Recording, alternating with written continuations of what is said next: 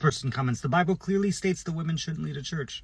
The Bible says nothing like this whatsoever. There's no verse or chapter that you can point to that says women should not lead a church. In fact, it says the opposite.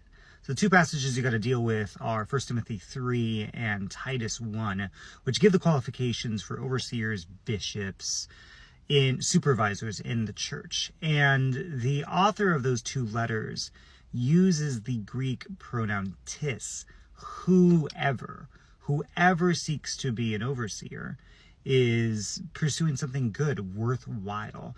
And the author of 1 Timothy 3 and Titus, sometimes referred to as Paul, does not limit the whoever by gender. In a lot of your English translations, you will see male pronouns, but those are insertions. There are no masculine pronouns in the chapters that designate who should be an overseer, bishop, or supervisor in a church. And it is a faulty English translations that insert those masculine pronouns that should not be there. It's a feature of sexism and patriarchy in our English translations. The Common English Bible, the CEB, actually does a fairly good job of making sure that those pronouns don't get added. The author says, whoever seeks to be an overseer seeks something good, and then gives the qualifications without using masculine pronouns, as the Greek does.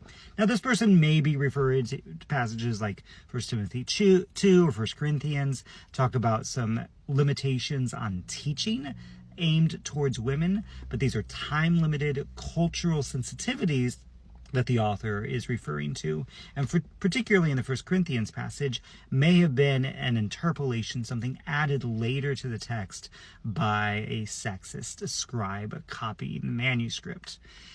The fact of the matter is that throughout the New Testament, you see women leading churches. You see women as prophets, as teachers, as apostles, as evangelists, and no restriction, no limit on what women can do in the church, except in particular circumstances like the 1 Timothy 2 passage, which I've discussed in other videos.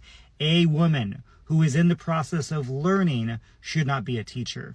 And it would only take a very sexist patriarchal reading to assume that that means all women, no matter what.